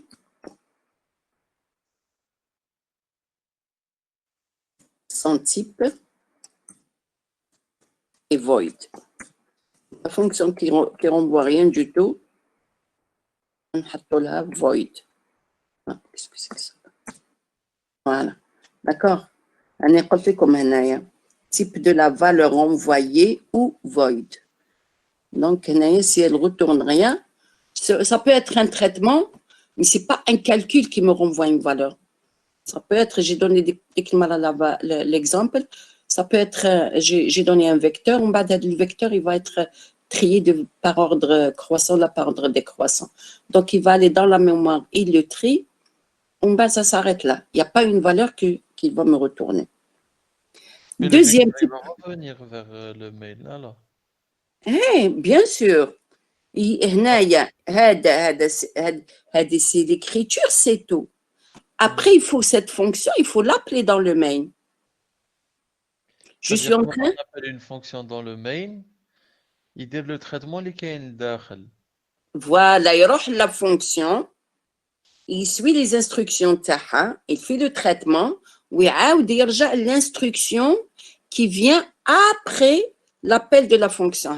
Il regarde l'instruction d'après. D'accord, on verra après dans l'exemple. Le return, il peut envoyer X1, il ne peut pas envoyer plusieurs choses à moi. Ah non, vous avez le renvoi d'une seule variable. Vous avez un seul return c'est une très bonne question. Vous avez un seul return par fonction. Vous ne pouvez pas faire, par exemple, si je fais x2, hein, j'ai le droit. Le produit. Par exemple, x2 égale à x1. Hein, je peux le calculer en fonction de x1. Égal à x1 étoile, je ne sais pas moi, étoile P1. Puisque le x1 est déjà calculé. Je ne peux pas faire ici return x1, return x2. D'accord? Je n'ai qu'un seul, d'ailleurs le return il est en minuscule. Je ne peux avoir qu'un seul retour par fonction. Voilà. Parce que dans le mail, je vais avoir une variable qui est égale à cette fonction-là. Et ça, c'est le problème parce que je ne vous ai pas fait le chapitre sur les fonctions. Moi, avec les instrumentations humaines, j'avais fait un chapitre sur les fonctions. D'accord. Je vais écrire après, si c'est un calcul, je vais écrire par exemple dans le main, je vais écrire alpha est égal à, comment on appelle ça, à calcul de 2,5 dans le main. Hein, je vais vous écrire ici. Dans le main, je peux avoir float.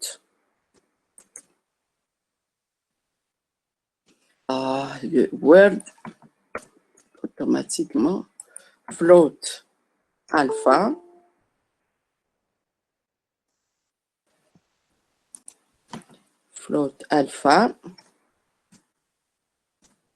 est égal à calcul de 2,8 par exemple. A2, c'est P1 et P2. Voilà, donc le P1 c'est 2 et le P2 c'est 8. Est-ce qu'on est obligé de donner...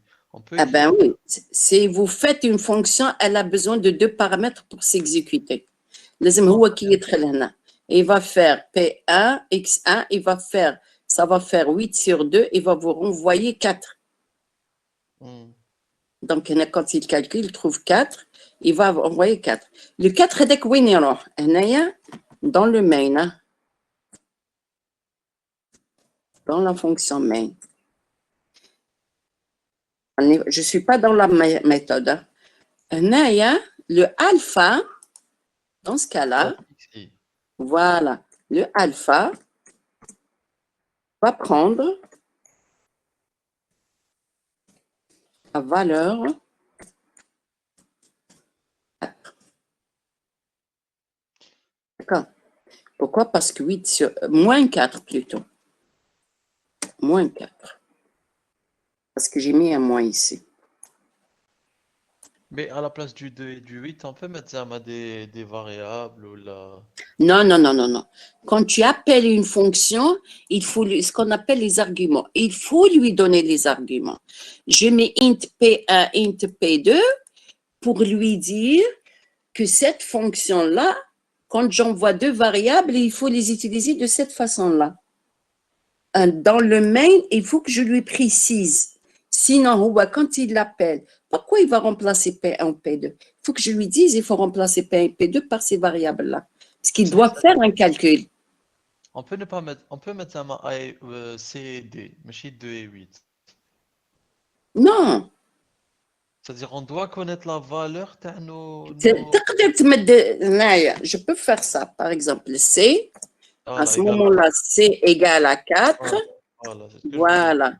Et D égale à 9. voulais dire, par exemple. هنايا, j'ai le droit de faire un autre float. Voilà, c'est ce que je voulais. Ah si, vous avez, parce qu'elle est définie la valeur. Float bêta est égal à calcul C, virgule, D. Point virgule, c'est une instruction. Alors, j'ai mis petit ici. P1 et P2, c'est des variables propres à la fonction. Voilà, c'est des variables, c'est ce qu'on appelle variables locales de la fonction. Ok. Le C et le D sont connus et il va aller, quand il appelle calcul, il va mettre la valeur à la place de P1. Il va mettre C, où C est égal à 4. Donc, on va trouver, on trouvera bêta égale moins 2, c'est le P2. Donc, voilà. moins 2 points, c'est des points, c'est pas des 2 points, شحال يبقى 1, ça fait diviser encore par 4, 25. 25, معليش. Voilà. Donc, هنايا, alpha va prendre la valeur moins 4 et bêta, on va trouver moins 2,5. Donc, هنايا, vous avez le droit de mettre des variables à condition que ces variables soient déjà définies juste avant l'appel. Hein. Mais je ne suis pas obligée de définir bien plus haut. Juste quand je viens par appeler, il faut que ça soit connu. Donc, les fonctions, c'est ce qui permet ce qu'on appelle la programmation procédurale. C'est quoi? Ça veut dire que chaque traitement, j'ai envie de tri d'un vecteur, je le mets dans une fonction. J'ai besoin de calcul d'un petit traitement d'une matrice, je le mets dans une fonction. Et après, j'appelle. Et ça me permet c'est-à-dire, si je fais le tri d'un vecteur, il suffit que je lui donne le vecteur. C'est tout. Mais je n'entre à chaque fois dans l'algorithme et je change les valeurs Hadoop. Non, j'appelle la fonction back qui est je vais avoir plein de valeurs. Hein, je vais avoir, voyez, pour la même fonction, elle me donne un alpha et elle me donne un bêta.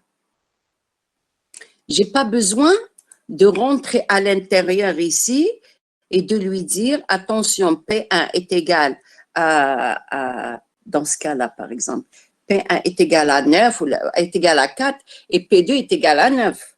Et que dans ce cas-là, P1 est égal à 2 et P2 est égal à 8.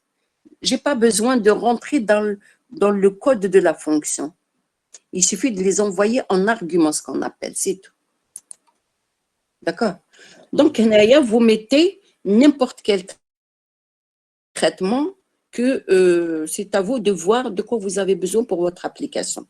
Et c'est pour ça qu'on a donné, c'est-à-dire la possibilité à l'utilisateur de faire ces traitements parce que cette classe-là, elle va servir à ça. Donc, on peut, à travers les fonctions, modifier des floats, des ints, des chaînes de caractères, des matrices, كلش. Oui, vous faites ce que vous voulez, de la géométrie, du graphisme, vous faites ce que vous voulez dans ce type de... C'est ce qu'on appelle les méthodes libres. Il n'y a pas des fonctions... Toutes faites? Non, toutes faites? C'est-à-dire une fonction fait une fonction. Si. J'appelle, par exemple, Naya calcul de Hadi. Je peux, par exemple, je peux faire, c'est ce qu'on appelle, d'ailleurs, je peux faire, par exemple, une autre fonction qui me donne une autre valeur. Et je peux la mettre ici. Par exemple, Naya, fonction 1, 1, 2, 4, si elle a une seule valeur. D'accord. Donc, le 4 elle appelle. Voilà, la fonction 1. Elle fait bien un calcul, ou le calcul qui lui donne une valeur qu'elle va la remplacer bien. Le return va revenir. Voilà. Vous pouvez, dans une fonction, appeler une autre fonction. Par exemple, avec les ingénieurs Tazman, système ADEC, le module était sur une année. Moi, je leur faisais ce qu'on appelle les fonctions qui s'auto-s'appellent. Par exemple, je leur donne un dessin et je leur dis, vous faites le programme de telle façon que ce dessin, il se répète. Donc, il fait en même temps et ça fait des fois un nuage, c'est un petit truc. Donc, pourquoi? Parce que la fonction, elle s'auto-s'appelle. Donc, si je fais un dessin, par exemple, d'un grand éléphant, il est fait avec des tout petits, le contour ou l'intérieur est rempli avec des tout petits éléphants. Donc, il y a des fonctions de ce genre, ce qu'on appelle les fonctions récursives. Donc, elles s'auto-s'appellent elles-mêmes ou bien elle peut appeler une autre fonction. D'accord? Entre nous, hein? Le régime, c'est dommage. C'est programmable avec CodeBlocks pour les images et tout. Oui, bien sûr, vous pouvez. Le CodeBlocks, c'est un environnement de travail. C'est-à-dire, c'est comme, je vais vous expliquer. Le CodeBlocks, le Word, le Word, c'est quoi? c'est une application de Windows qui vous permet, d'accord, c'est une application avec un orienté objet, mais elle est destinée à Windows, qui vous permet d'écrire un texte, d'accord, qui vous permet d'écrire un texte. On a les applications avec le code Blocks, si on utilisait le visuel déjà, C++. Visual C++, d'ailleurs, même dans le code Blocks, il vous permet de créer des applications, application console. Vous avez remarqué quand je fais création de projet, je mets application console. Pourquoi? Parce que l'exécution TAE, je demande qu'elle soit affichée sur la console. D'accord? Mais je peux faire d'autres applications. Application pour Windows, application, d'accord? Donc, Word, c'est un truc. C'est une application, mais elle n'est pas faite pour la console, elle est faite pour Windows. C'est une application Windows, d'accord?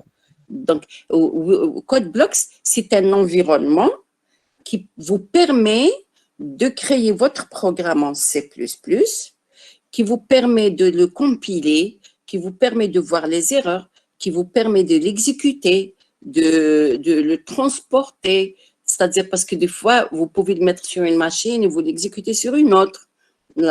D'accord?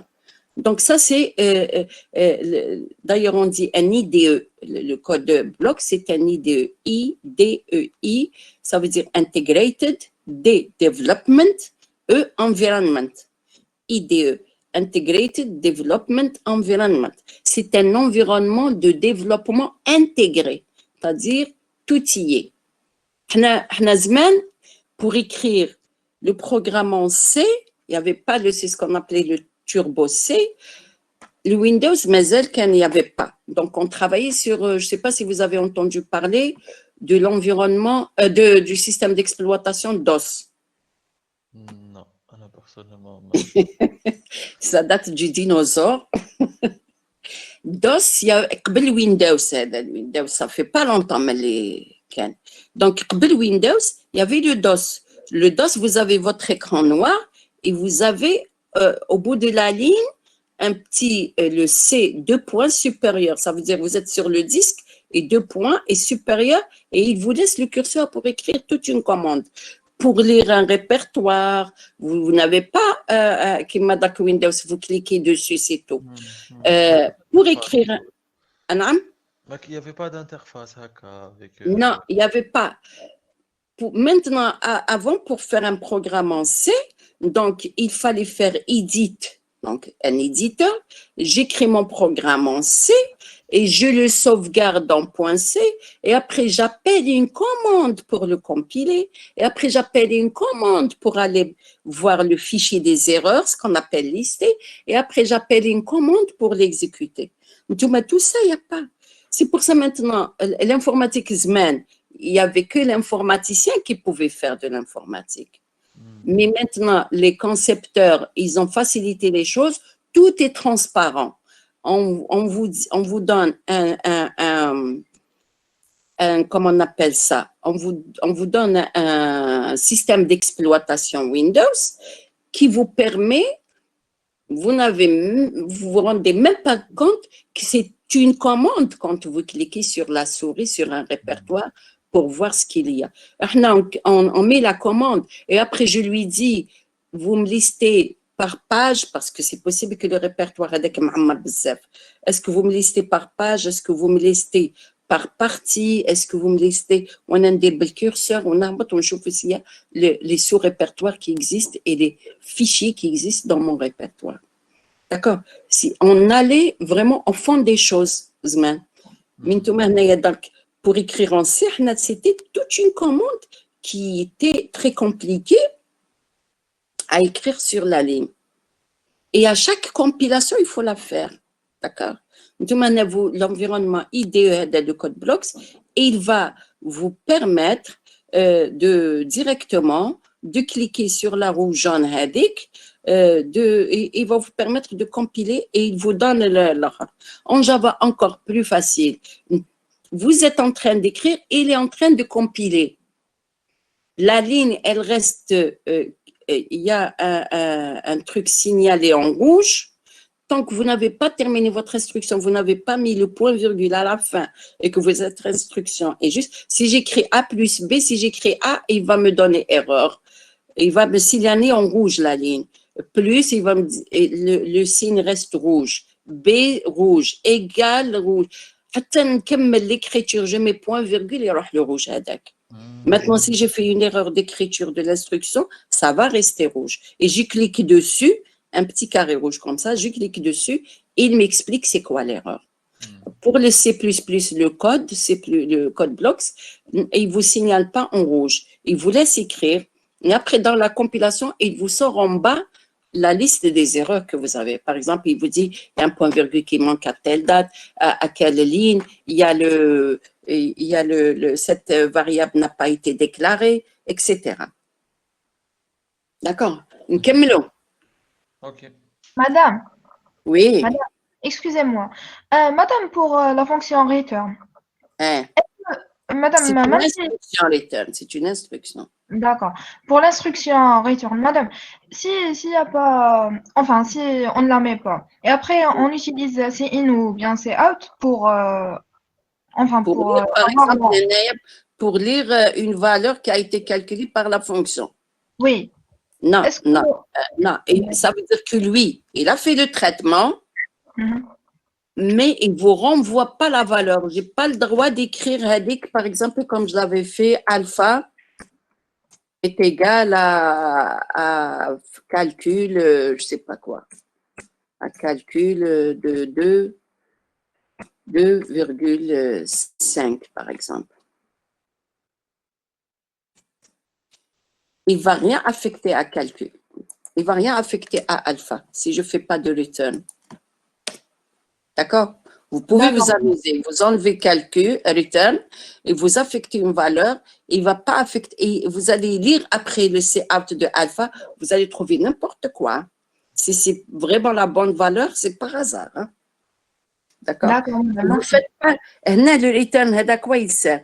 Il sert que ce calcul-là, ce résultat, va être affecté dans le main à une variable. D'accord? Oui, madame, merci. Il y a une solution. Vous ne faites pas de return et le calcul, il y sera.